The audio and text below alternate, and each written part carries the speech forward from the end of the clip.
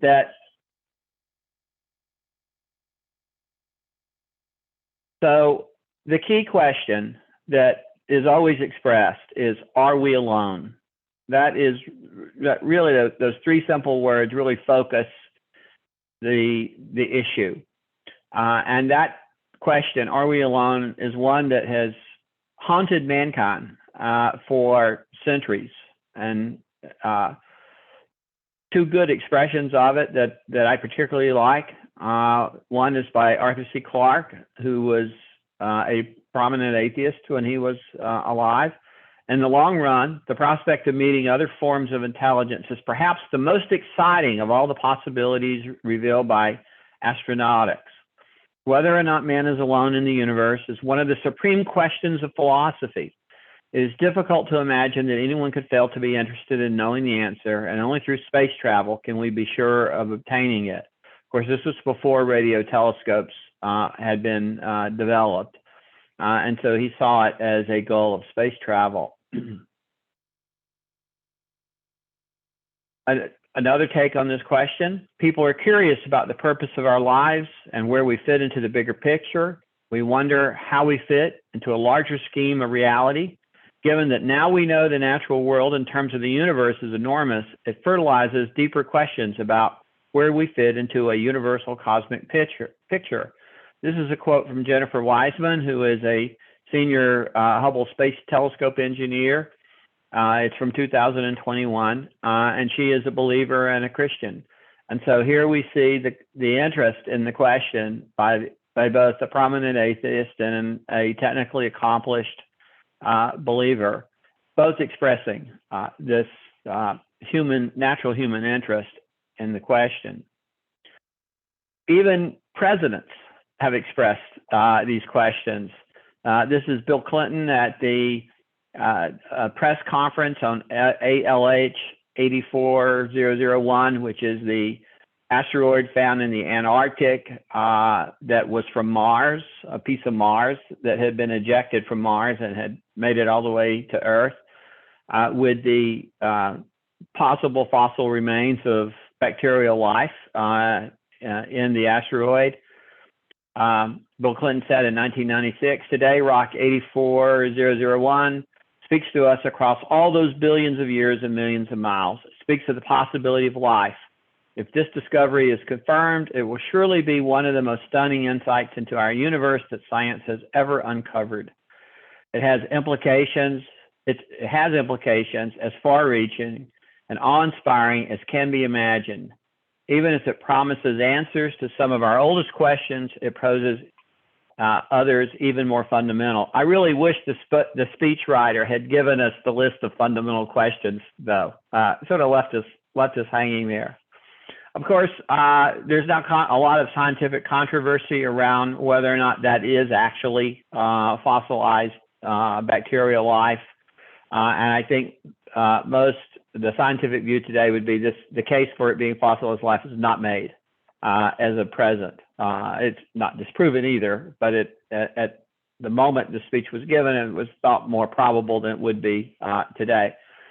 But here we have, all the way from science fiction writers to technical leaders at NASA to presidents all posing these questions. So let me pause and ask you all, how important is the question of whether or not we are the only intelligent life in the universe? Have you given this any thought? And and what do you think about it? Is this a profound question or is it not? Well, this is Ray. I think it's an interesting question, but I'm not sure it's the most important. We have a lot of pressing earthbound questions, but it certainly is very interesting. Yeah, this is Chuck. I also find it interesting, but I'm not really expecting it. I would think there would be some implications in the Bible if we would have eventually discovered such, but I really don't see anything in there, but it wouldn't dissuade my belief if it came to be true. Carl, do you want to weigh in on this? Sure. I find it interesting myself. I kind of hope there is extraterrestrial life, but it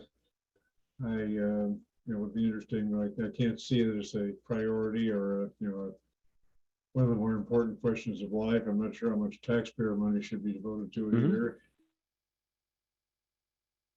As we're going to discuss later, the answer is billions a year of how much taxpayer money is being devoted to it. So, we'll come back to that part of the question. You mean billions of dollars? Billions of dollars. Okay. David, did you have a comment to make? We have one person. That's me, the phone. I think it's a very profound question because the implication is we are not alone. Then the whole paradigm of where do we come from is a biblical view of the universe affect our faith. Could be for some people it might affect their faith, but anyway, for me it doesn't. But it doesn't. It seems like, for most people, it appears they don't care. So, for me, this is a question I've wondered about since I was 10 years old. I was a subscriber to Boys Life magazine, and in 1960, there was a fictional story, a science fiction story in Boys Life, where a Earth crew on a spaceship in our solar system responds to a radio signal, and it turns out to be a distress signal from an alien vessel, and they rescue the aliens. And as the aliens come off of their disabled ship and onto the Earth ship, they kneel down and pray as if they were giving thanks to their God or to God for their rescue. And that was the end of the story. The end of the story is they kneel down and pray to give thanks. And I was floored by that. It just as a 10-year-old, it was, oh my goodness, are they praying to the same God, or are they praying to a God that we would classify more like the gods of ancient Greece? So I have wondered now about this for about 60 years. So for me, it's a big question, and let's press on. So there's a widespread assumption, as evidenced by popular media of intelligent life out there everywhere. And furthermore, part of that assumption is some of it has visited us. And we have the famous opening to Star Trek Space, The Final Frontier. These are the voyages of the Starship Enterprise. Its 5-year mission to explore strange new worlds, to seek out new life and new civilizations, to boldly go where no man has gone before. And do they ever succeed? The various crews of the series of movies find over 350 alien civilizations, most of which are pretty much like us. They are bipedal. They, aren't that hairy. They act a lot like us. They're greedy. Some of them are aggressive militarily. But they find a lot of alien civilizations. And that's Star Trek is just the beginning. Then there's Star Wars, 2001, Close Encounters of the Third Kind from the 1970s. Remember that great movie? Alien, Predator, Contact, where the radio telescopes finally produce contact and alien intelligence. Arrival, my personal favorite science fiction movie of all time. E.T., Men in Black, Independence Day, Signs, The Tomorrow War with Tom Cruise, and it goes on and on and on. Science fiction really depends on aliens for its interest, and I love science fiction.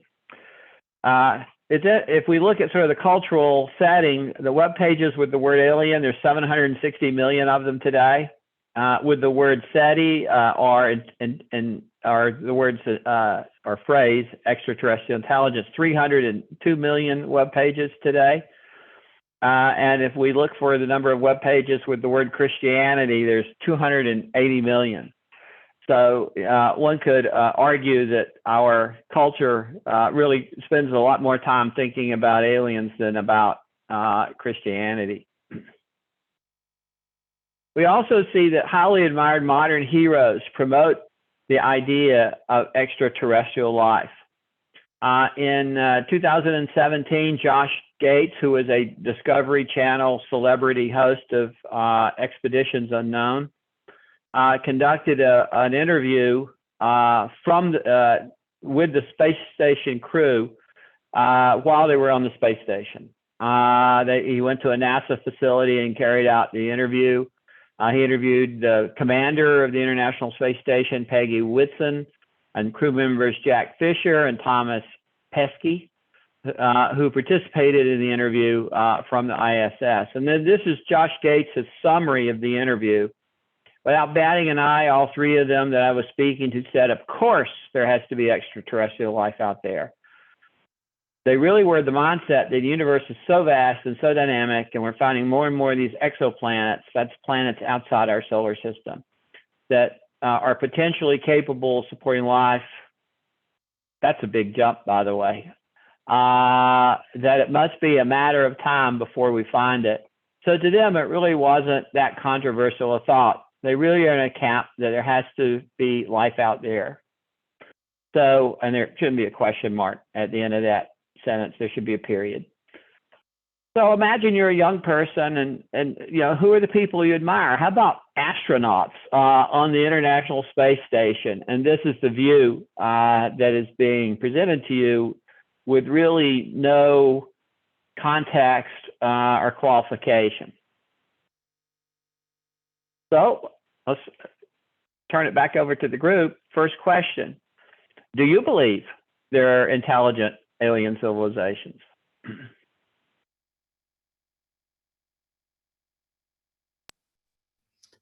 This is Chuck. My answer is no. This is David. My answer is no. Yeah. This is Ray. My answer is I'm agnostic about it. Okay. Carl, do you want to weigh in? Yeah, I'd say I'm agnostic too. I'd like to see some evidence before I make up my mind, you know. Okay. Well, maybe we'll look at for some later on. How about this question? Do you believe that UFOs are alien spacecraft? I would assume most of you don't, given that if your answer to the first one is no, it would be hard to then conclude that UFOs are alien spacecraft. Everybody is probably, I think we know where we come out on that one. All right. Well, you all are quite different. My reason for no is that if you look through the Bible, God, you know, just shows how special we are and all the things he's done for us. And that just, to me, takes his special love for us to the nth dimension. And he's waiting for us to uncover that everything is for us. But I have to. You should. I have to say, Chuck is not only a believer in Christ. He's also astronomy, who is a professor at astronomy class at UCSD. So. Yeah, you know, Chuck, my biggest fear in life is presenting to an expert because I'm an amateur on these things. I try to be a well-read amateur, but you know, presenting to an expert is terrifying for me.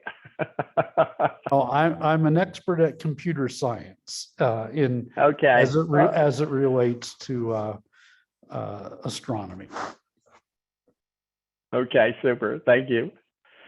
Okay, well, we all are quite different from the American public.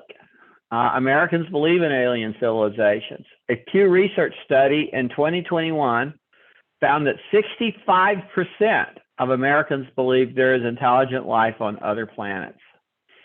And a Gallup poll in 2021 as well found that 49%, half of Americans believe UFOs are of alien origins. I'm just floored by these numbers. And I think it does relate to that cultural backdrop. We are constantly getting messages from the media that there are aliens and that the UFOs are, real, and that they are alien spacecraft. So Christianity operates in our country in a culture that believes in aliens. 2-to-1. So one of the big events in recent history that fuels this is the discovery of exoplanets. These are planets that orbit stars other than the sun. So the first exoplanets were discovered in 1992, just 30 years ago. They were detected around a pulsar, which of course could not support life, but still. Then in 1995, there was an exoplanet discovered around a sun-like star. In 2009, the real game changer occurred, and that's the Kepler Space Telescope was launched. And if we fast forwarded to a couple of months ago when I wrote this slide, at that time there were 4,471 exoplanets and around 3,253 stars. Which suggests there are at least 400 billion planets in the Milky Way. There are 400 billion stars, and we're finding when we're able to detect to really examine a star system, we're finding more than one per star. So it's not crazy to think that most stars at this point have an exoplanet or many exoplanets around them.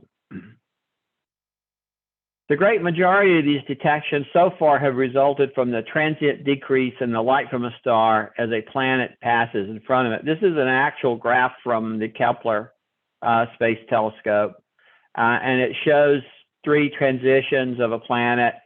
If you take how wide the gap is, you can figure out how big the planet is. You can see how frequently the transitions occur. You can tell how fast the planet is moving around its star.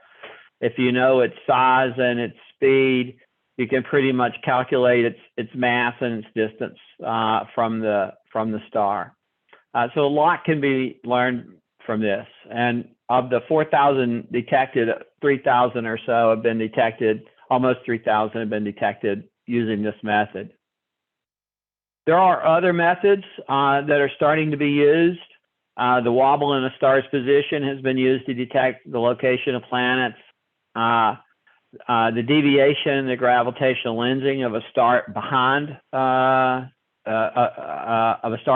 star can be used to infer the existence of planets. And the most recent and big new change is direct imaging. The James Webb, which we'll talk about in a moment, can actually directly image many of these planets. And as the effort and techniques to expand for detecting exoplanets, the number has really expanded dramatically. From 2009 to today, basically all of the over 4,000 we have found, almost 5,000 at this point, it's all occurred since 2009. The amount of effort and taxpayer dollars going into this detection effort is huge. Indeed, it's become a business model for NASA. This is how NASA is getting money. The Kepler was launched in 2009. In 2018, it ran out of fuel and was decommissioned. And it had discovered 2,662 exoplanets at that point in time. It was replaced by the Transiting Exoplanet Survey Satellite, and these are 3 images correspond to the 3 satellites. The images are artist impressions, but still, I probably shouldn't call them images. They're pictures. But The test was launched in 2018. It's going to focus on 200,000 of the brightest stars nearest us to search for exoplanets. And then in December of last year, the Webb was launched. And what is really interesting about it is it's capable of directly imaging exoplanets and also performing atmospheric analysis, looking for the gaseous products of life, things like methane and carbon dioxide. So here, this is your taxpayer dollar at work. Billions of dollars are going into the search for extraterrestrial planets, exoplanets, for search for life on other stars, as opposed to spending that money on planetary defense against asteroids and comets, or spending that money on mining asteroids for rare minerals, or landing people on Mars. No, let's look for extraterrestrial life instead of these other things which might have high practical benefit to us. With all of this effort, and because it is important to maintain the party line in order to get all that taxpayer dollars, you might detect a little cynicism in my presentation around this point. NASA's chief scientist, Ellen Stofan, predicted in 2015 we will find indications of life beyond Earth in the next 10 to 20 years. 20 years is a long time. That's 2035. She has a ways to go before she has to admit she was wrong, if she was, and maybe she'll be right. I don't know. But the belief at NASA is that this justifies their existence, the search for extraterrestrial life. I interrupt with a question at this point. Please jump in and make a comment. Go right ahead. Yeah, for the space telescopes, they're not exclusively intended for finding alien life, are they? Are there other functions for them? No, they're not. Especially, well, TESS is, and TESS is, but the James Webb is not. It has other missions as well. That's fair.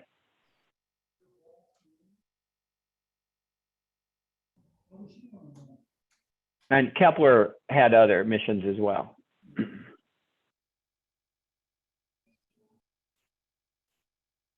Now, so first assumption, which seems to be well justified scientifically, is that most stars have planets. A second assumption that is commonplace in this discussion is that organic chemicals appear to be ubiquitous in the universe. And this also has pretty good scientific evidence behind it. Organic chemicals can be produced with simple laboratory experiments, such as the famous Urey-Miller experiment in 1952, where they put some basic building blocks of organic chemicals into a test tube and hit it with a lightning or electricity, supposedly lightning, representing lightning in the early universe, early planet, and they got organic chemicals. And while the particulars of that experiment have been long discredited as being representative of the actual early Earth's atmosphere and other stuff, still it's pretty easy to make organic chemicals. You take carbon and you mix it with just about anything with hydrogen and oxygen and nitrogen, and you shake it up any way you want with any stimulus you care to offer, and you get an organic chemical from it. Organic chemicals have been found in meteorites on Earth.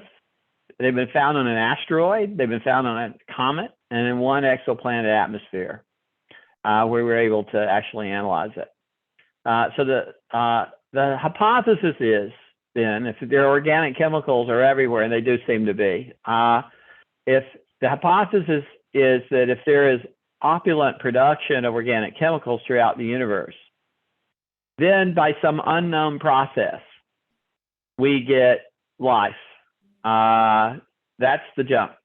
The organic chemicals are everywhere, so there must be life everywhere. And it's that last jump that I think would be, that I personally wish there was a lot more evidence for than we currently have. We currently have zero evidence for that last jump. But the assumption of people who strongly believe in extraterrestrial intelligence, that is the assumption that they're making. There's another key assumption, and that is that once life starts on a planet, intelligent life is inevitable. So you get organic chemicals, then you get simple single-cell organisms. That's the jump we were talking about before. Prokaryotes without a nucleus dominated the first 2 billion years of life on Earth. And at some point, you get eukaryotes, which are the complex single-cell organisms with a nucleus and DNA. And that transition on Earth happened 2.5 billion years ago. From that, you have a creature which is capable of evolving into complex life. So you get multi-cell organisms, and then you get plants, and then you get animals, and then you get intelligent civilizations. And this pathway is viewed as inevitable by the proponents of extraterrestrial intelligence. You start with bacteria, and you get Beethoven every time. Another assumption that goes along with this is that Earth is mediocre. If we were to go back to Aristotle and the Bible, they put Earth as the center of the universe, either physically or spiritually, theologically.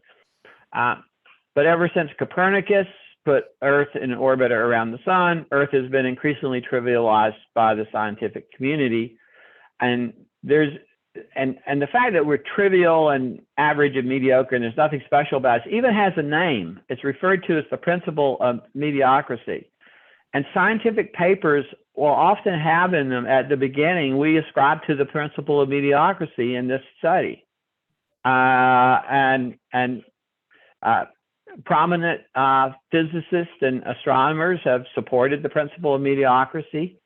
One was Carl Sagan in his 1980 TV series said, "Who are we? We find that we live on an insignificant planet on a humdrum star lost in a galaxy, tucked away in some forgotten corner of a universe in which there are far more galaxies than people." And then I think the single most inspirational quote I'm aware of from a scientist is one from Stephen Hawking. "The human race is just a chemical scum on a moderate-sized planet orbiting a very average star in the outer suburb of one among 100 billion galaxies. We are so insignificant that I can't believe the whole universe exists for our benefit." If you ever feel down, you can read that quote and and it will immediately lift your mood. You'll know how important you are.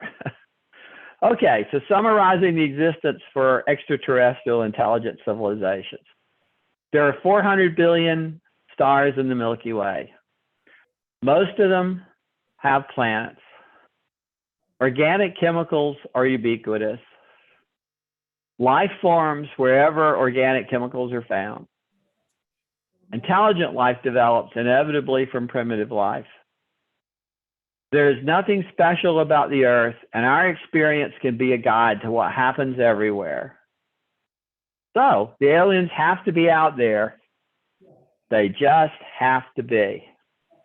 So my next question, which I could put here, but let me leave the argument up while I'm asking it. What do you guys think about this argument? How compelling is this chain of logic to you all? Where are they? The Fermi Paradox. We will deal with that in the second session. Yeah. That's a good question, though. If it's so obvious, why aren't they everywhere? Because the universe is ancient, and they should be ubiquitous.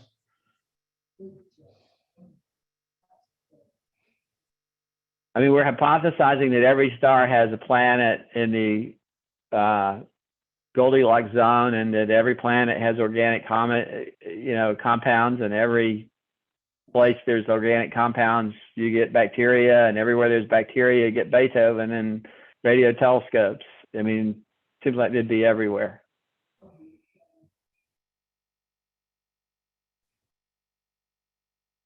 to me, the killer in that chain of reasoning is the formation of life out of non-life. I mean, the studies of that show that to be just unclimbable mountain. Natural processes. Mm-hmm. Yeah, it seems like a chain of leaps of logic there. I'd like to see them come up with something better than that, actually. Yeah. There's a lot of scientific debate around intelligent life develops inevitably from primitive life. The jump from prokaryotes to eukaryotes is actually extraordinarily difficult. And there are a fair number of scientists who say, yes, of course life is everywhere, but it's mostly primitive bacteria. Okay. So let's transition then to the search for extraterrestrial life. We've talked about the arguments that the cultural backdrop and the arguments why there must be other people out there, or aliens out there, so let's go find them.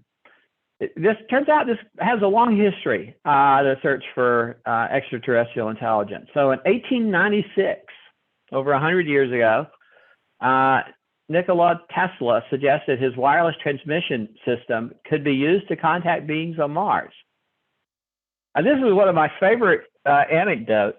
In 1924, a National Radio Silence Day was promoted when Mars entered Earth opposition, and a radio camera was used to listen for signals from Mars.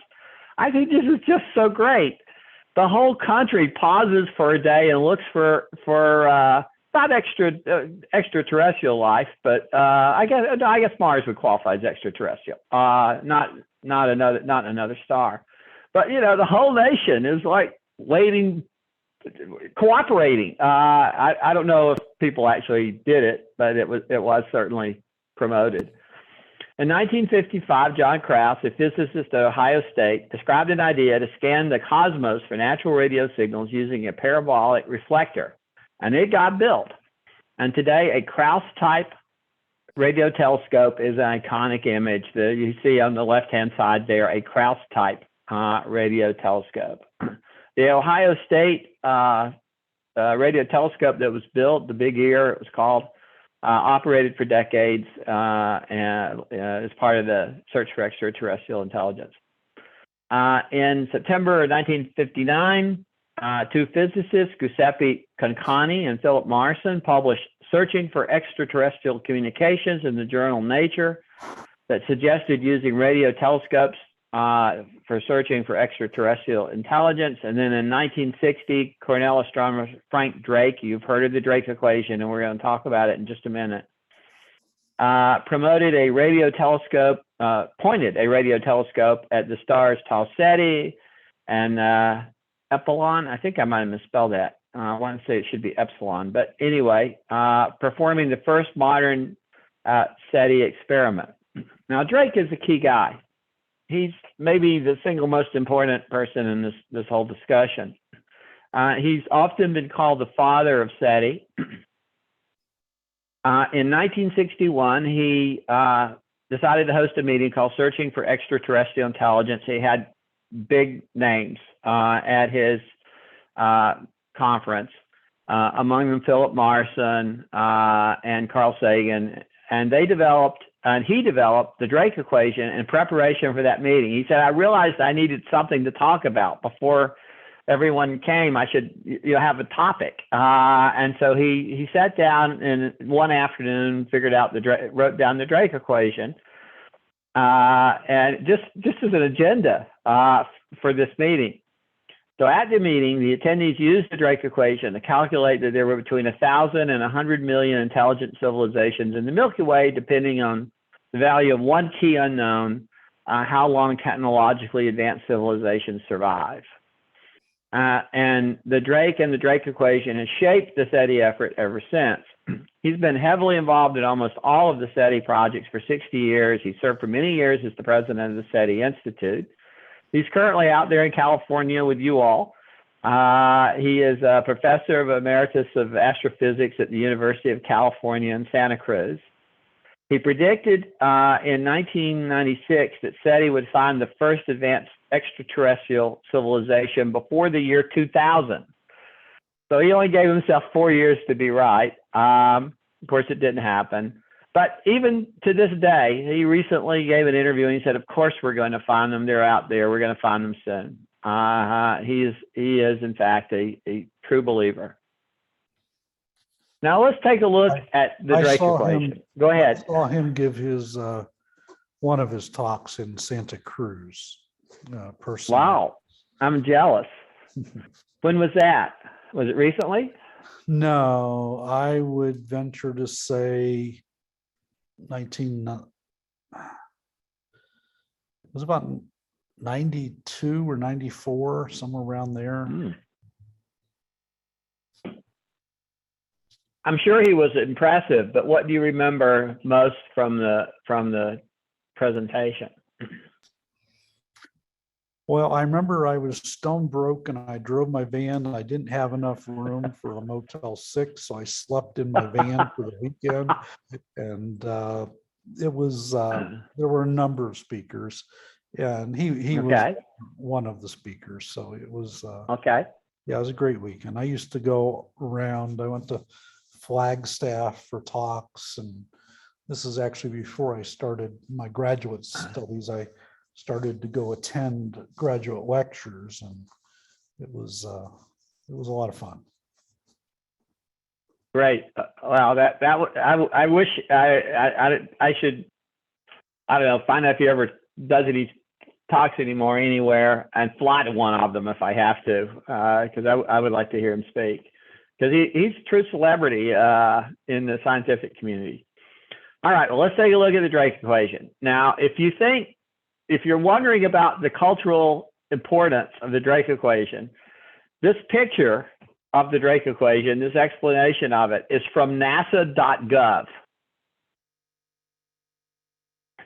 So, all right, so here's how it works. It calculates the number of technologically advanced civilizations in the Milky Way galaxies as a function of these variables. So the variables are the rate of formation of stars in the galaxy, a fraction of those stars that have planetary systems, the number of planets per solar system with an environment suitable for life, the fraction of suitable planets on which life actually appears, the fraction of life-bearing planets on which intelligent life emerges. So this is the bacteria to Beethoven evolutionary path. The fraction of civilizations that develop a technology that releases detectable signals of their existence into space. So this would be the number of that reach radio telescopes and things like that. And then finally, the length of time such civilizations release detectable signals into space. So you estimate each one of these or provide some set of assumptions, and you can figure out how many technologically advanced civilizations there are in the Milky Way. Now, the internet is bursting with Drake equation calculators. There are hundreds, maybe thousands of them. And there's even an app you can download and put on your phone, of course. But one that I like is this one. And so let's go look at it.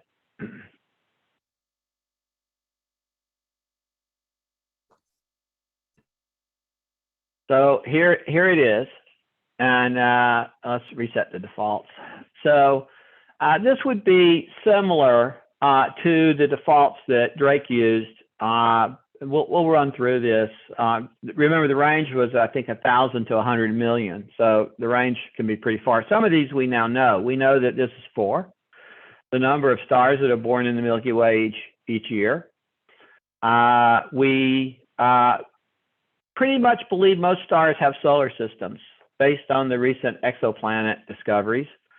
And, on average, they're probably going to have one planet in the Goldilocks zone. If most stars have planetary systems, then quite likely there's one in the Goldilocks zone. Now, there's more to it than that. It should be the right size. It should have a large moon. We're going to talk about all of that later, but at least raw number from the Drake equation you might be tempted to, you might actually want to put a 1 in there. The idea that there's at least green scum on planets relating to organic chemicals, making it that first giant leap to bacterial life. You know, you can put a small number in here. You can put a big number in here. Why don't we put a big number? Certainly, the proponents of extraterrestrial intelligence would put a large percentage in here. The percentage of those life-bearing planets where you get the bacteria, the Beethoven evolution, you know, modern proponents might put a large percentage into that. The percentage of intelligent species that produce interstellar radio communications, the proponents of extraterrestrial life would put a large number into that one. And now the average lifetime of a communicating civilization, let's use 100,000, just 100,000 years. So far, we've made it 100 years. It's not clear how long we will make it. I might have, before the recent events in Europe, I might have thought for a much bigger number. I was an optimist. Now I'm a pessimist again. I don't know. But we'll use 100,000. You hit the calculate button, and we would say with this set of assumptions, there's 204,000 communicating civilizations right now in the Milky Way. And what's really interesting about all of these is they tend to collapse to around 1, give or take. So if you take R times FP times NE times FL times FI times FC, you sort of get 1 with the modern assumptions. And even at that very first meeting where the Drake equation was discussed, with the assumptions they made, they got 1 almost for those. And that makes this one the key variable in figuring out, in every case, it makes this one, because if this is 1,000, you know, you get 204, or that 100, you get 204. So that tends to be, if it's 100 million, you're going to get a number like 200 million with this set of assumptions. So it always comes out to be a number similar to the one that you plug in the average lifetime of the communicating civilization. I think Drake was the one who thought there was 1,000. Carl Sagan was the one who thought there was 100 million at that very first meeting. And that's still the range you see talked about. Many people will say 10,000 to 100,000 civilizations. So you can go to this website. The URL will be in the slides we distribute, but it's spacecenter.nz, which again, if you're wondering about the cultural impact of the Drake equation, this is a New Zealand site that is like a big science museum in New Zealand. So there we have it.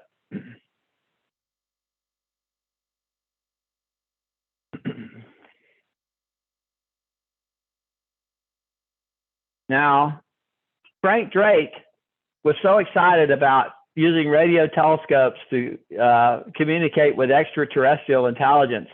In 1974, he appointed himself as the spokesperson for all mankind. And he beamed a signal to a nearby star cluster, which was M13. And that's this image here on the top is the signal that he beamed. I used to know what each part of these were. I'll try to remember some of it. I think this is the binary number system. The green and purple here has to do with the chemical composition of human beings and our organic life. You get, of course, the double helix. You have an image of us, and I can't remember what these two are on either side. But this is one of the great ones. It's a map of our solar system with the Earth indicated, just to make sure they know exactly where we are. That would be helpful to the aliens, knowing precisely where we are. And then an image of a radio telescope. It's like, if you don't already have one, you should make some of these. And I can't remember what the bottom is. the good news here is that M13 is 22,000 light years away. So we won't have to worry about it. But I will observe that 22,000 light years is not that long ago in terms of human existence on this planet. Not that long from now. If the aliens on M13 turn out to be Klingons with faster than light birds of prey in their fleet, just maybe Frank Drake should have asked someone, like the United Nations, if he should have done this. Just a thought. Didn't occur to him. He's going to be the ambassador to the stars. There's some people who say he aimed the radio signal wrong and it's going to miss. That M13 is moving faster than he thought it was. And so I would be personally okay if this signal doesn't get there. Or at least some distant relative of mine will be okay. Now this brings us to the SETI Institute. So it was incorporated in 1984 by Thomas Pearson, who has an MBA, which strikes me as a strange background for this endeavor. I have an MBA, but I don't run a scientific institute either. And Jill Tarter, who is a legitimate scientist, astronomy PhD from Berkeley. And look at this board of advisors. This is mind-boggling. Carl Sagan, of course, William Hewlett and David Packard, Hewlett, Packard, HP. Yes, those two. Gordon Moore, who was the founder of Intel. Paul Allen, one of the co-founders of Microsoft, and two Nobel Prize winners. Pearson and Tarter are able to recruit. We might question some of their scientific calls, but we cannot question their recruiting. They are geniuses at recruiting. Today, this is from their webpage. They have 80 scientists guided by the astrobiology roadmap charted by the Drake equation. The scientists of the Carl Sagan Center endeavor to understand the nature and proliferation of life in the universe and the transitions from physics to chemistry, chemistry to biology, and biology to philosophy. Bacteria to Beethoven, biology to philosophy. Most of its research funding comes from NASA, which I think is around, found a reference to $23 million a year. So your taxpayer dollar at work right here at the SETI Institute. And until recently, Jill Tarter has been the chief scientist at the SETI Institute. I think she's retired from active participation in it. And she has been described as the leading SETI scientist in the world and one of the driving forces behind the SETI Institute. So let's pause and talk about her for a moment. Chuck, have you met her? Seems like you've met everybody. No, I haven't met her. I've heard of her, but not. Okay. Okay. Well, she's as I mentioned, she's a legitimate scientist from an education viewpoint. Her got a master's and PhD in astronomy from Berkeley, a bachelor in engineering physics from Cornell. She coined the phrase brown dwarf in her PhD dissertation, which is a type of star. She's a adjunct professor at the University of Southern California, an associate astronomer at Berkeley. She's on the Arecibo Scientific Advisory Committee, which means she gets to decide which astronomers get time on the telescope. She's on the NASA Life Sciences Advisory Committee. She has been awarded two NASA Public Service Medals. She's on the nominating committee for the American Astronomical Society, so she gets to decide who gets into the society. How's that for a powerful position? She has won the Lifetime Achievement Award from Women in Aerospace. She was the winner of the coveted 2009 TED Prize. And best of all, she was the inspiration for the character Ellie Arroway in the movie Contact. And she was played by superstar Jodie Foster in that movie, or the character inspired by her. So this is a true woman of influence and power, if there ever was one.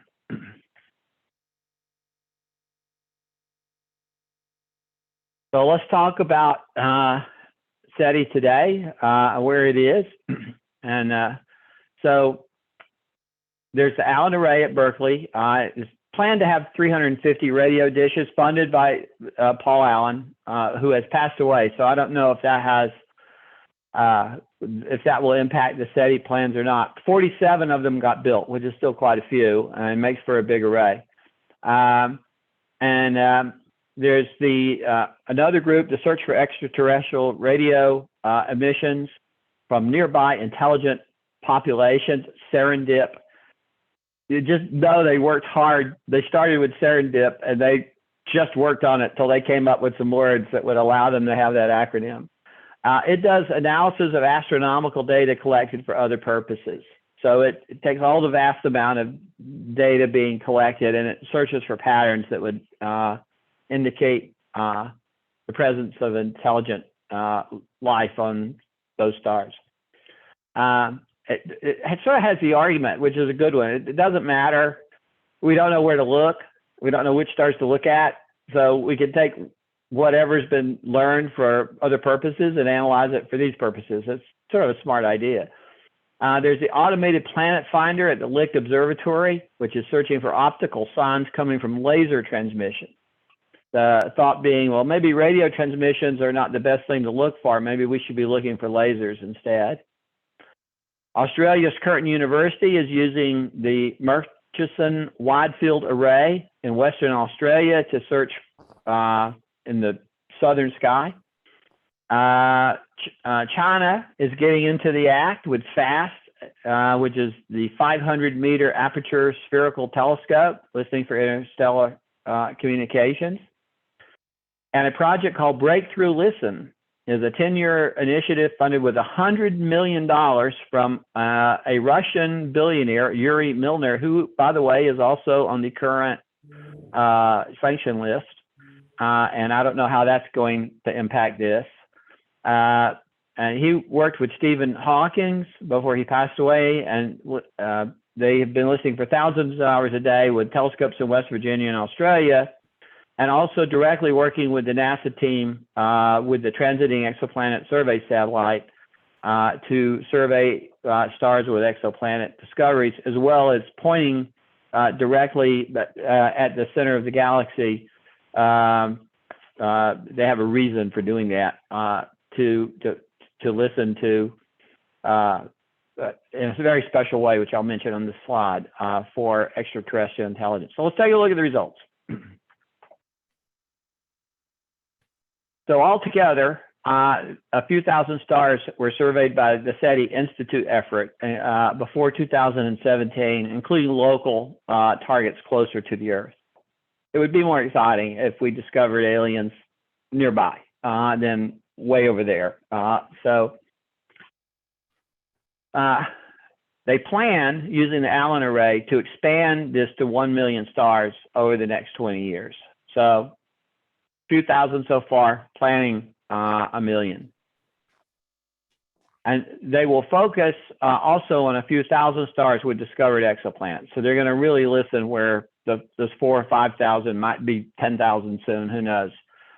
With special interest in the TRAPPIST-1 group, which has a lot of stars with planets in several stars with planets in the habitable zone, and in coordination with the James Webb Telescope team, where James Webb Telescope finds organic chemicals, then the SETI Institute is going to listen to those AIM radio telescopes, the array, the Paul Allen Array, at those planets as high value targets. So we have NASA here funding the SETI Institute along with Paul Allen. All right, and we have the James Webb Telescope from NASA. It's going to find the targets that the SETI Institute is going to then examine. Curtin University surveyed 1 million stars in the southern sky, and they actually had a much wider range of frequencies they listened on than the SETI Institute has been typically listing on. And Breakthrough Listen surveyed 60 million stars in the direction of the galactic center, looking for a particular pattern of on-again, off-again transmissions. Their point was to listen, and if anything starts and stops, starts and stops, starts and stops, that's artificial, potentially. And so they were specifically listening for that pattern.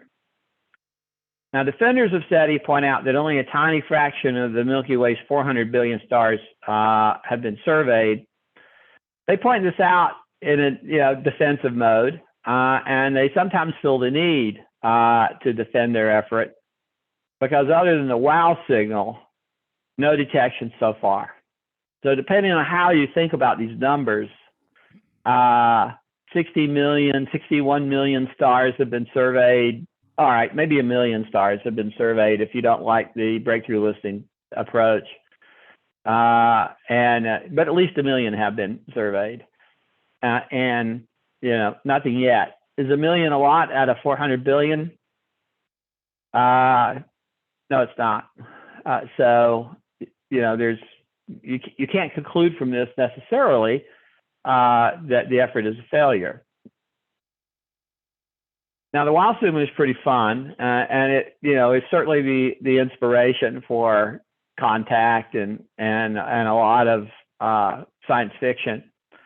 So the signal appeared to come, it was August 15th, 1977, and it was detected by the Big Ear at Ohio State, which was that very first Krauss-type radio telescope. The signal appeared to come from the direction of the constellation Sagittarius. It bore the expected hallmarks of extraterrestrial origin, and it lasted for 72 seconds. It was the presence of the signal was discovered by a graduate student at the time. Graduate students are cheap and plentiful, so they're the ones who, end up examining all of the data that comes in. Jerry Amon, I'm going to guess this is the pronunciation of his name, Jerry Amon, discovered the anomaly a few days later while reviewing the recorded data. He was so impressed by the result, he wrote the comment, "Wow," beside it, leading to the event's widely used name. It was never detected again despite many, many tries, leading many astronomers, including Amon at this point, to believe it was most likely a false signal of unknown extraterrestrial origin. So all of this work, and this is what we have to show for it so far. So my question is, what is your assessment of SETI's results, but more importantly, prospects? What do you guys think of this?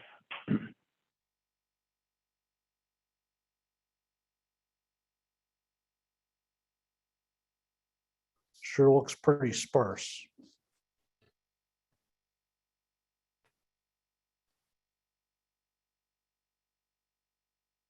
Not at all encouraging. I find the optimism in the face of the results to be pretty spectacular. That one could remain this optimistic in face of all of these decades and with absolute silence so far. You have to be a true believer, it seems like to me.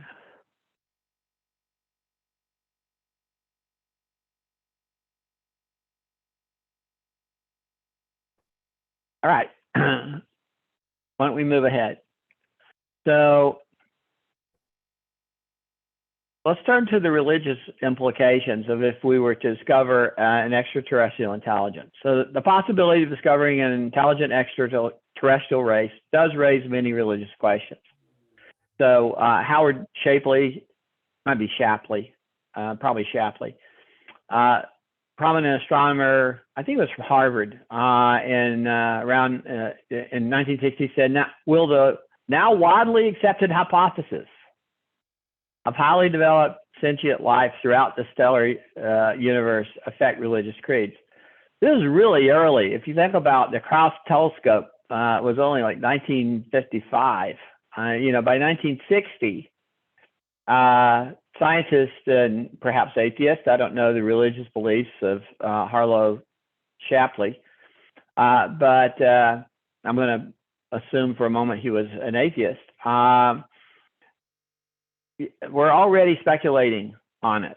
And there's been a lot of gleeful speculation by the atheist community on the impact on Christianity of extraterrestrial intelligence. So in a survey in 2011 of 1,300 people by theologian Ted Peters, he asked whether they thought the discovery of extraterrestrial intelligence would shake belief or strengthen religion as a whole. And just for a moment, talking about those who classified themselves as non-religious, 69% of those people thought the discovery would cause a crisis for world religions. 69% of, if you will, the agnostic or atheistic population thought there would be a crisis.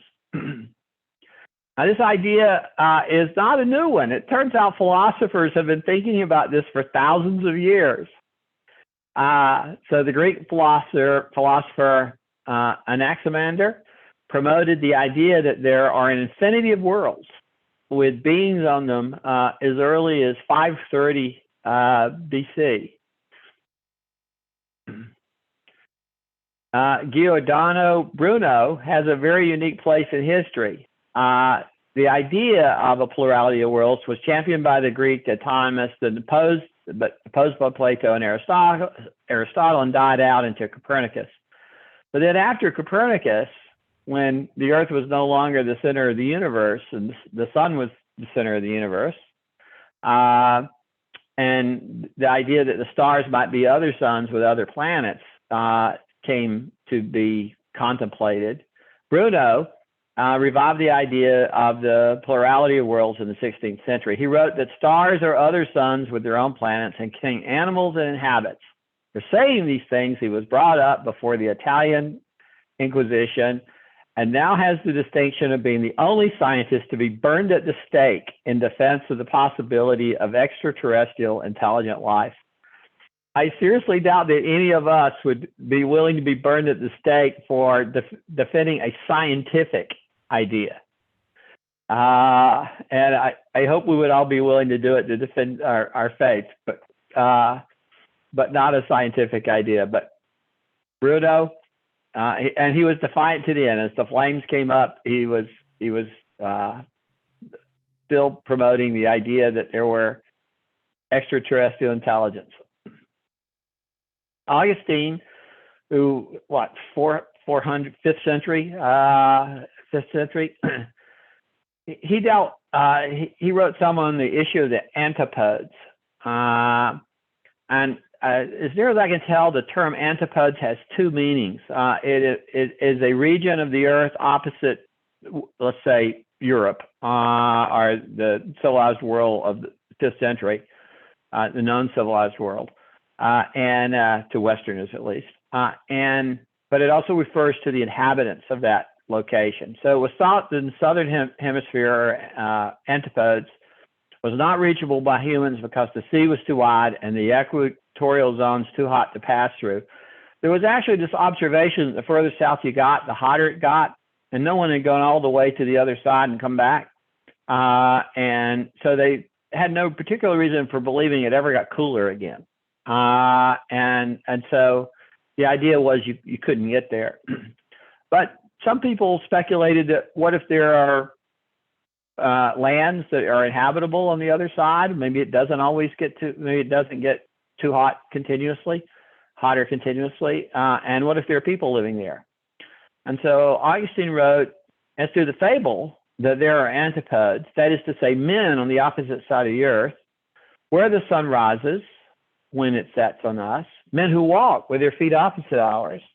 There is no reason for believing it, for Scripture, which confirms the truth of the historical statements by the accomplishment of its prophecies, teaches not falsehood, and it is too absurd to say that some men might have set sail from this side and, having traversing the immense expanse of ocean, have propagated there a race of human beings descended from that one first man. So they sort of knew that no one they knew of had gotten there and populated the antipodes. So Augustine was troubled by the question would such human beings that inhabit the antipodes be related to Adam if all of mankind were descended from him? And lastly, if they were not related to Adam, would they share in original sin and redemption? And for Augustine, this last question rules out the possibility that antipodes are inhabited by human beings. Now, this maps pretty well to the current situation with extraterrestrial intelligence. You know, we now know that Augustine was wrong. The southern hemisphere is inhabited by human beings. I think, Chuck, this might be a word of caution for those of us who would use scripture to say there aren't extraterrestrials, because Augustine was using scripture to say that there weren't people on the other side of in the southern hemisphere. I also think it is interesting that among intelligent scholars of the day, 1,000 years before Columbus, there was an assumption the world was round. They already knew the world was round, and they were the existence of the antipode would, you know, means the world was round. Columbus was not that innovative, I guess. The idea was out there for at least 1,000 years before he talked the Spanish crown into funding his venture. And this question of original sin is one that I think will come up again when as we go along here. So let's get Jill Tarter, that powerful woman, influential woman that we met earlier in the presentation. What did she say about the religious implications posed by extraterrestrial intelligence? So first of all, she's pretty hostile to the idea of religion. She identifies religion as one of the main reasons for the cause of war and the destabilization of societies. By contrast, if extraterrestrials have survived long enough to make contact with us, they must have matured beyond the diversity and brutality of Earth's current religions. She wrote that finding intelligent otherworldly life will be inconsistent with the existence of God, or at least organized religions. She argues that long-lived extraterrestrials either never had or have outgrown organized religion because they will be thousands or millions of years older than us. This is the idea that millions of years, 100 million years older than us, that if life is 4.5 billion years old on Earth, if it was 4.4 billion years on some other star, that's 100 million years ahead of us. She suggested that if they do have a belief in God, it will be far in advance of ours, informed by a technology level that's much greater than ours, and that we will be so impressed by it, and so it will be so well thought through, so well supported, so brilliant that we will all convert to their religion if they have one. And she proposes that contact with extraterrestrial intelligence will eliminate religion as we know it and introduce humanity to a new and all-encompassing faith, which might be atheism. She pretty much believes it will be atheism, but at a minimum will be different than any of Earth's religions. So here is this enormously powerful and influential woman in the search for extraterrestrial intelligence, and this summarizes her thoughts about the impact on Christianity and other faiths on Earth from if her lifetime project succeeds and extraterrestrial intelligence is found.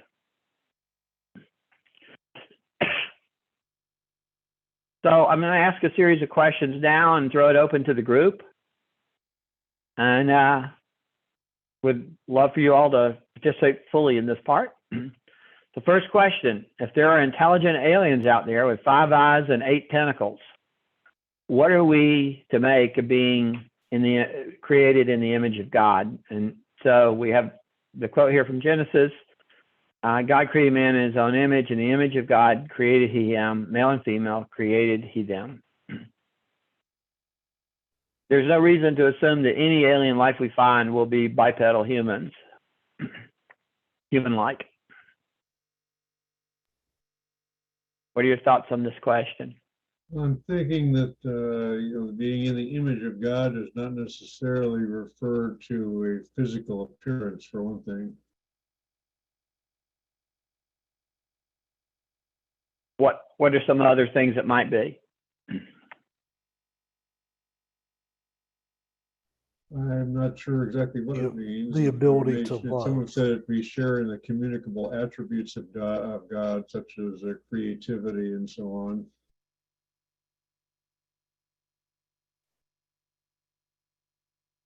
A sense of Okay. morality, a sense of justice, various, attraction to beauty.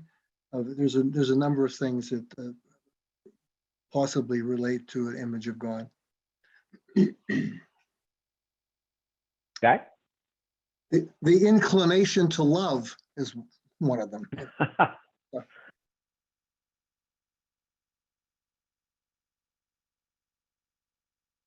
Other comments before I move to the next one? Chuck, you usually have something to say.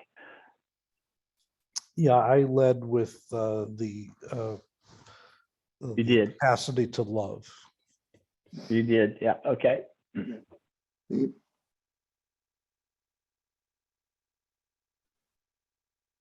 So we have Charles, we have Thomas. Any comments you'd like to make? Well, in a larger sense, this is Charles, the image could be spiritual. In what way? How would that work? Well, I think we are spirit beings. God is spirit, and we worship him in spirit.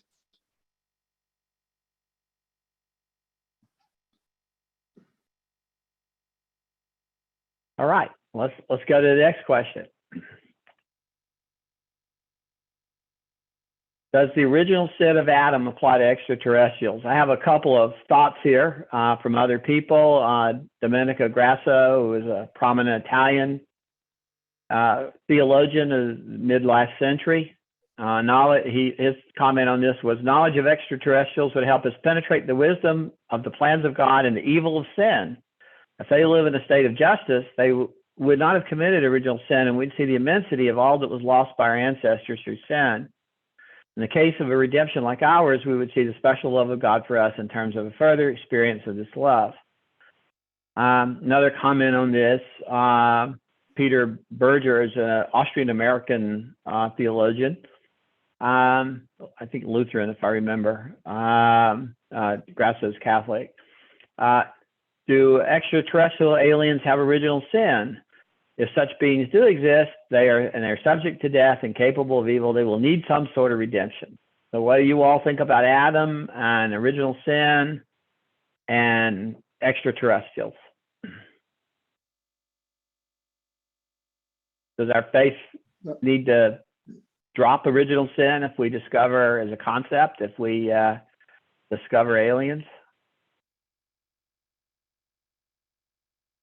C.S. Lewis, in his so-called space trilogy, some people call it the Ransom trilogy, has interplanetary travel in it, and the persons that go visit Mars and then Venus encounter unfallen beings.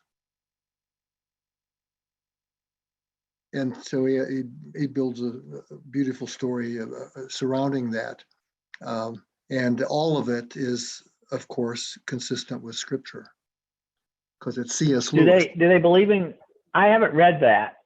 It seems like I need to. How do they know about God and believe in God? Oh yeah, and they just yes. They have the storyline is that Mars is much older than Earth, so it's a longer-lived civilization. And it has much different kinds of creatures, but they do have angels and a representative of God present. And they know about the presence of those angels and that representative.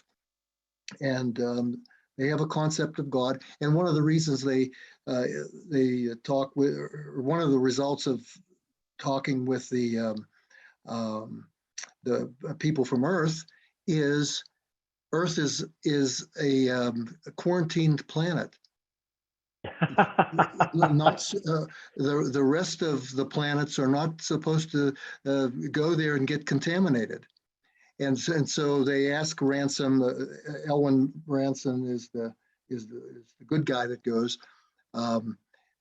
tell us about your planet and tell us about this thing. And it's very, very interesting. And as I say, it's a picture, as far as I can tell, completely consistent with biblical truths.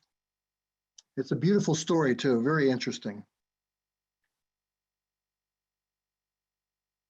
I did read C.S. Lewis's essay on these questions, and I actually have a slide on it later on, but I haven't read the Space Trilogy. Does he deal at all with free will? I mean, one of the arguments for on the question of evil is that that in order to have creatures who could freely choose to love God, you have to have creatures who could choose not to.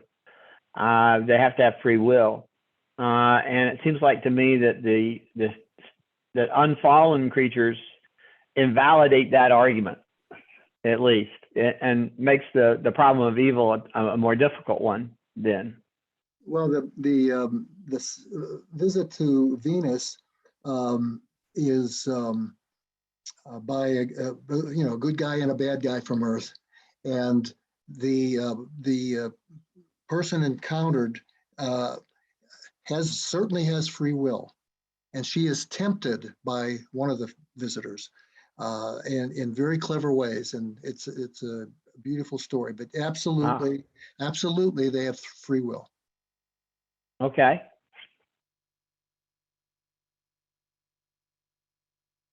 So your thought is, following the C.S. Lewis example here, that if they haven't fallen, then you don't have to worry about original sin.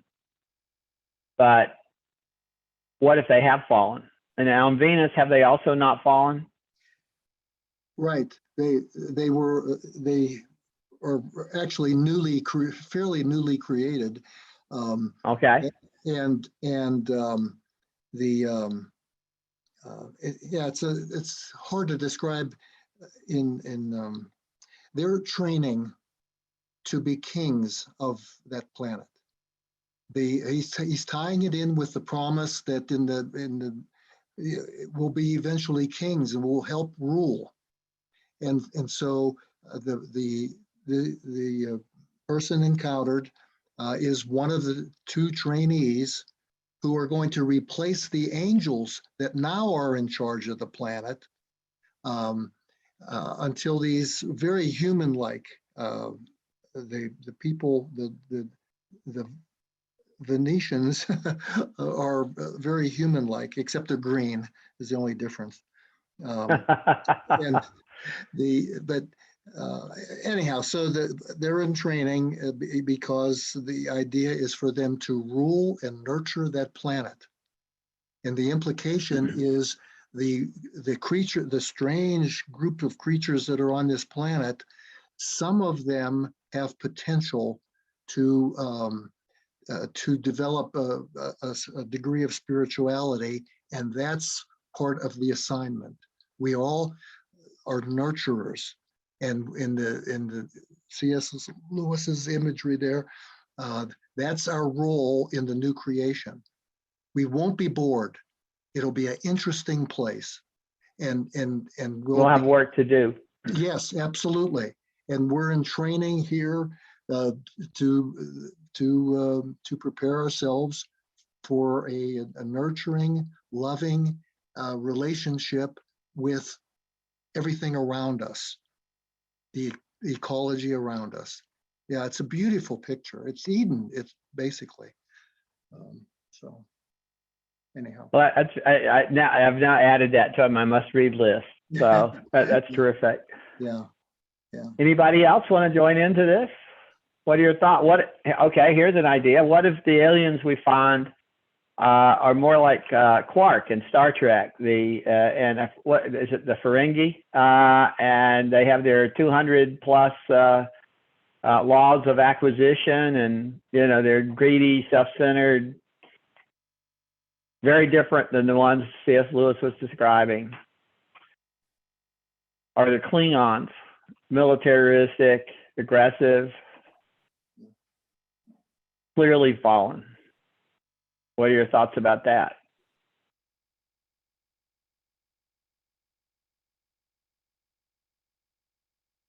Well, in all this, the thing that was occurring to me when you were talking about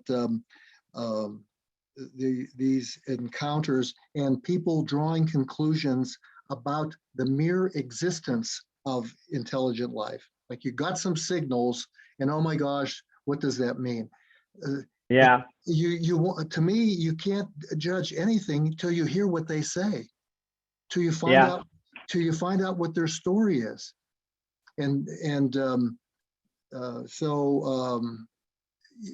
If we bumped into people, you got to talk to them and find out more about it and see how it all fits together. But I would be guided. Yeah, that's a very good point. Just, a signal like the wow signal that was repeated and could, it was clearly artificial would be nowhere close to enough to make these kinds of judgments. Right. That's an excellent point.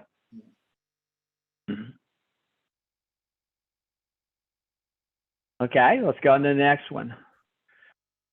How are we to think of the incarnation of God as Jesus in human form if there are other intelligent beings on other planets?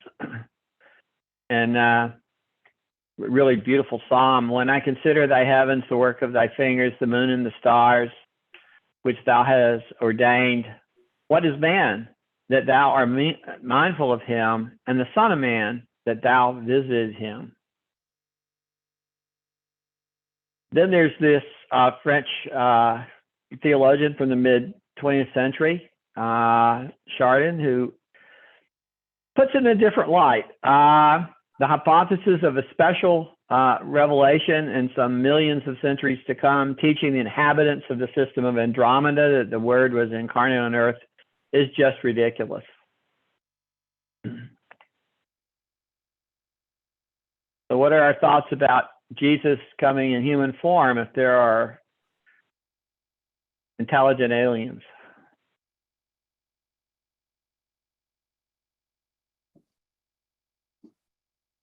Well, I hate to just keep blathering about things. No, jump in. My reaction to that is a view of the roles in the Trinity. I think that the Jesus' role is a communication link, a spiritual communication link. That's his role. And as soon as he did his mission here, he says, now I have to leave, and now we'll send the Holy Spirit to you. So he establishes the link, he provides the path for salvation, all these things, and goes away, kind of. And the Holy Spirit comes and does the rest of it. And the Father was involved in bringing the people to Jesus for the link and so on. So if there were green people with two heads and whatever they were on some other planet, I would suspect that Jesus would reach out to them in a form that they would recognize and be comfortable with. Because as the other gentleman said earlier, the whole thing is spiritual. The real reality is totally spiritual. And so anyhow, that's just the initial. Yeah, so your thought is Jesus would be there too, in some way, if they needed him to be. Absolutely. He's the communication link. It's sort of Jesus as the traveling redeemer, like a traveling salesman. There is that sort of uncomfortable imagery of that.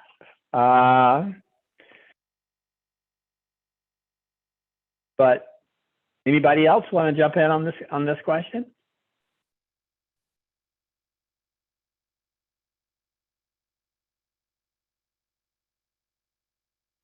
Maybe they'll look just like us. That would be interesting. wouldn't it? That would be an argument that would be an argument for the existence of God if that were to happen.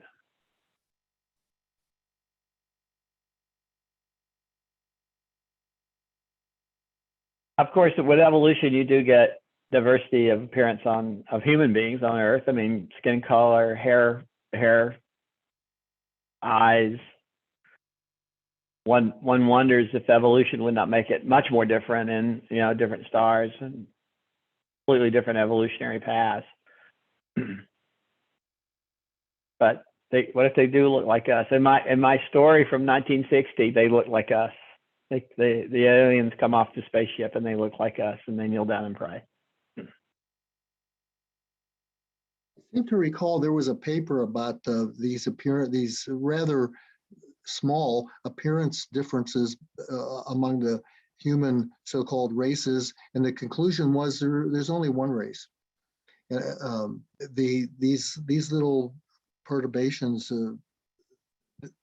are such a tiny part of DNA or something that forgot the reasoning of that. Yeah. But the point was, if you look at DNA and you'd end up concluding there's only one race of humans. Also, evolution tends to invent the same solutions over and over in different paths.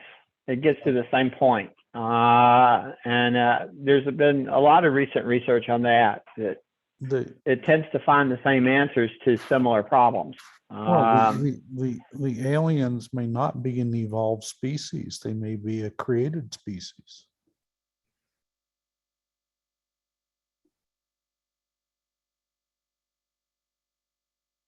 Yeah, that is like we're assuming that my comment assumed that the experience of Earth is the experience of everywhere. I sort of fell into the Earth is mediocre trap there for a second, did I? So you have a good point there, Chuck.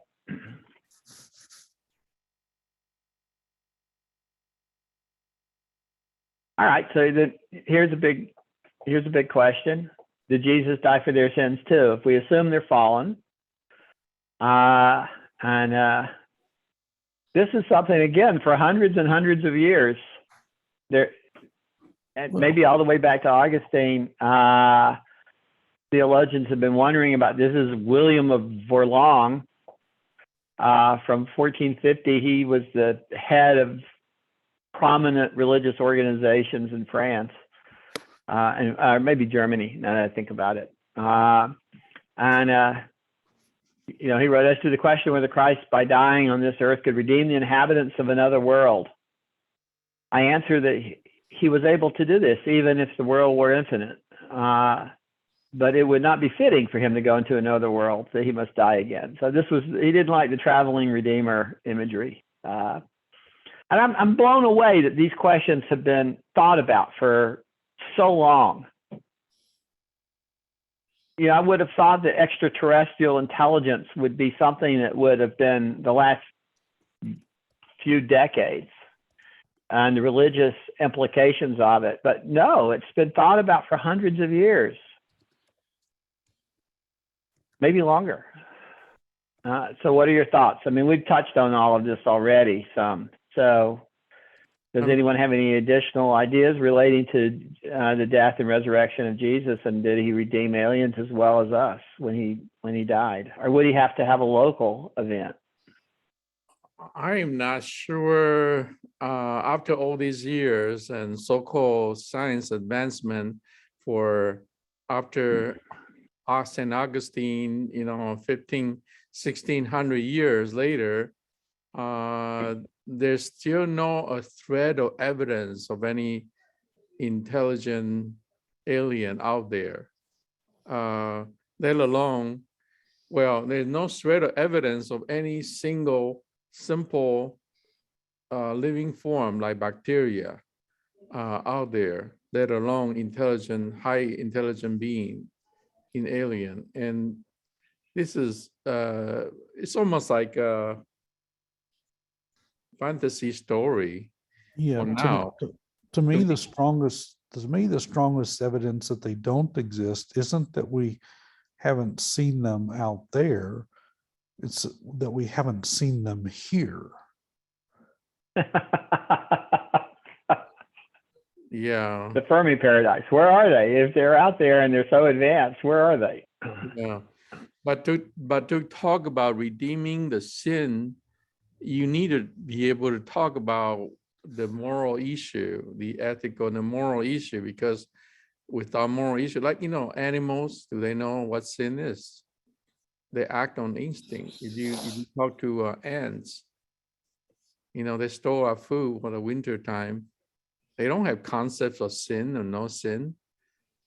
And so it's really difficult to say, hey, there's two questions here. Is there even a slightest of chances of having a alien life outside of this planet? And if there is, what kind of life? Is it rudimentary bacteria form or microbe? Or is there any possibility of higher intelligence?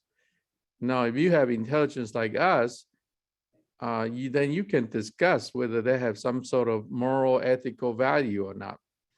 But other than that, what are they sin? What is a sin? You need to have a standard. If you have no moral standard, then nothing is sinful. Everything is just instinct. That's my thought. Spirit, yep. Good points all. Anyone else before we move on?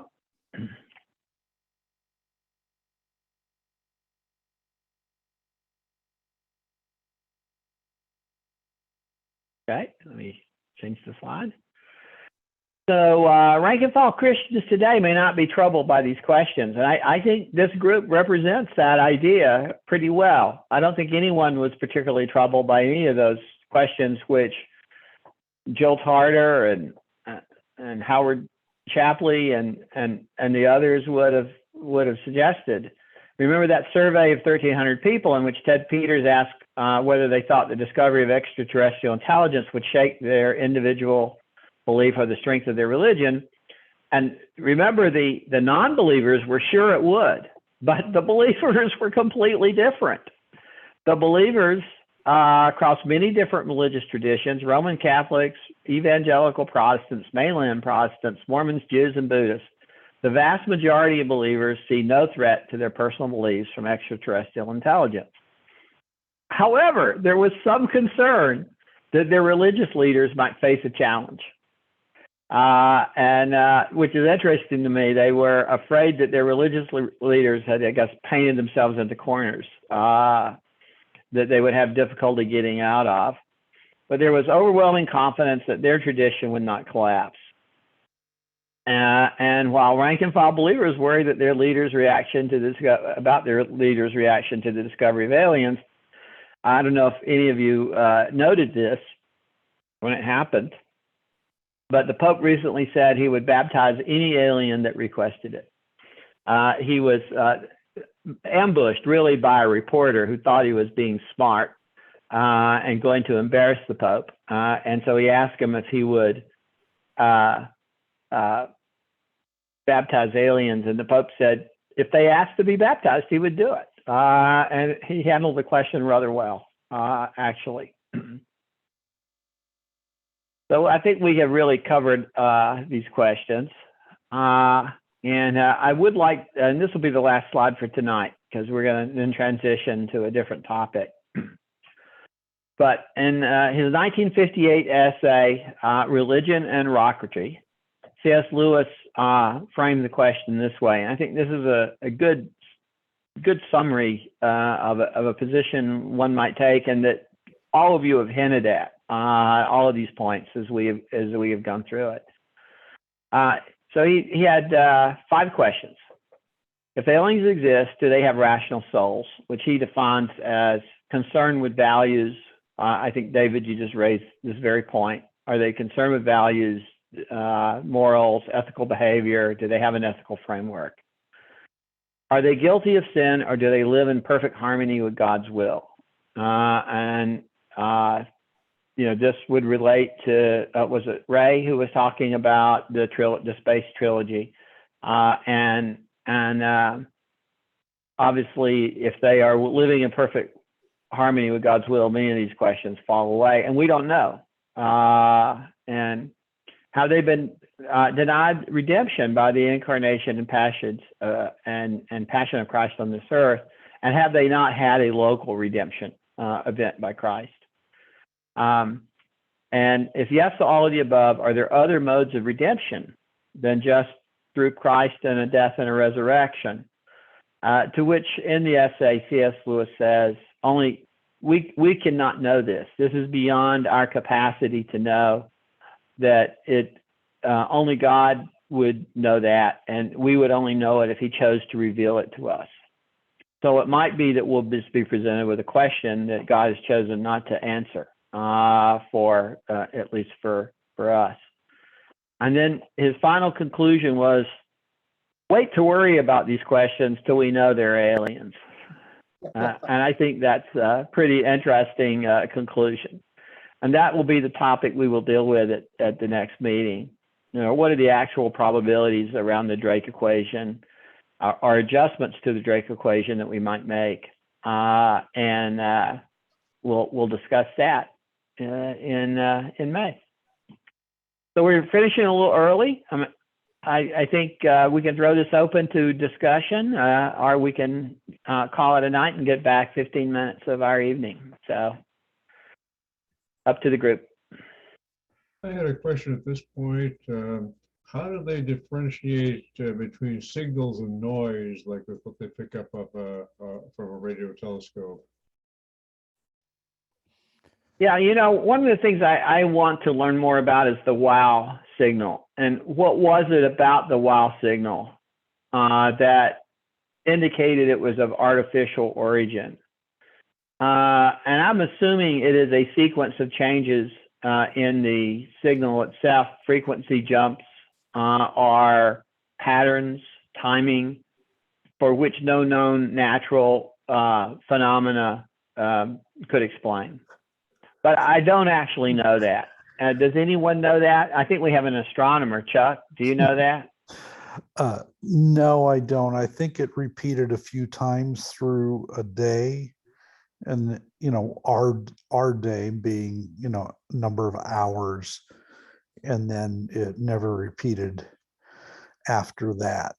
But there are lots of things that repeat in, there are, pulsars and lots of rotating type of eclipsing things. I don't know what made it not be a physical, but be an intellectual thing. It wasn't something like contact. There wasn't the whole series of prime numbers. It wasn't anything like that. I don't know what algorithm they use to determine that it appeared to be intelligent. I don't know. We could look into that.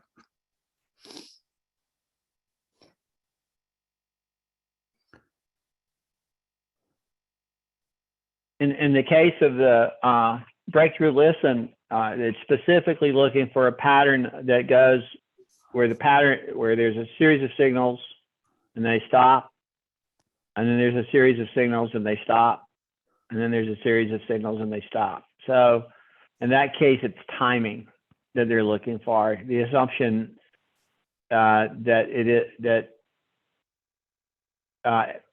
artificial signals will not be continuous, and for which no natural phenomena is known to exist that would cause that pattern.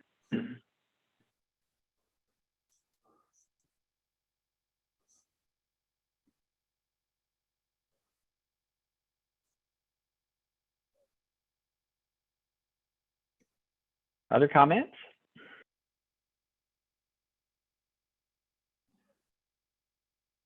One of the things that occurred to me when you were talking about the people recognizing that it would be the religious leaders that would be troubled by these things rather than the layman, It reminds me of the C.S. Lewis's Mere Christianity idea, and that is if you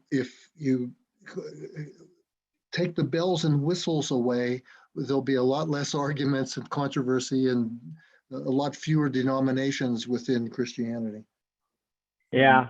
Yeah, it is. I think one weakness religion has in secular arguments over science is religious leaders and religious institutions feel a need to answer every question.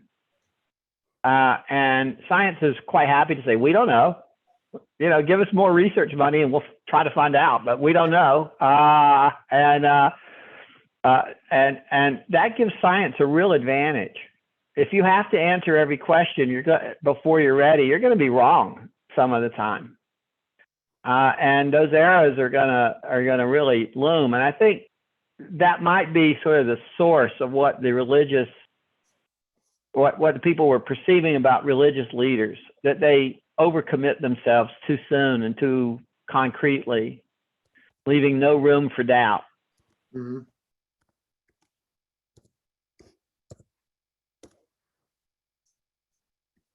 I love the idea that if you stripped everything in Christianity down to its bare essentials, it'd be basically no disagreement. That seems really powerful.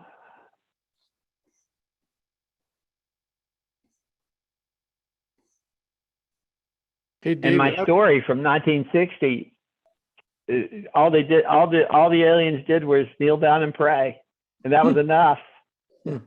That summarized the whole question and the whole answer. You know, like, wow, all they did was pray. That was it. Mhm. David, did you have a comment? no, I don't have a comment. I think your presentation is very thorough, even have religious questions. But what are you going to talk about next month? It seems like you covered. Well, we will talk.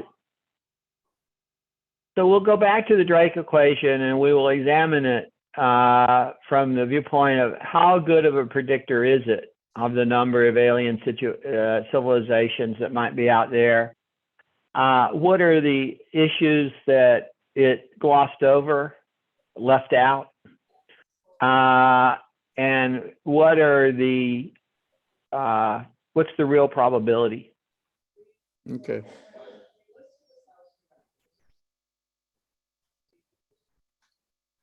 I'm not sure it's enough for 2 hours, David. Might be a shorter Well, meeting. that's okay. That's okay. We're gonna have interesting discussion. But I think it's So it'll be about 20, 25 more slides, and they're all focused on that question. We had 42 slides tonight. Yeah, good.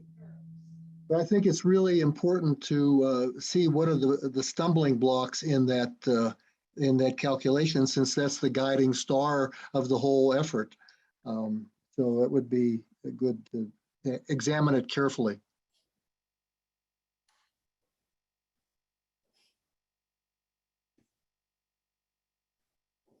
Hey, Chuck, do you have any comment? Any latest in astronomy? No, We're I'm just reading through the WoW thing right now. It's pretty interesting. But if some of it was up to 30 standard deviations of signal, which is an extremely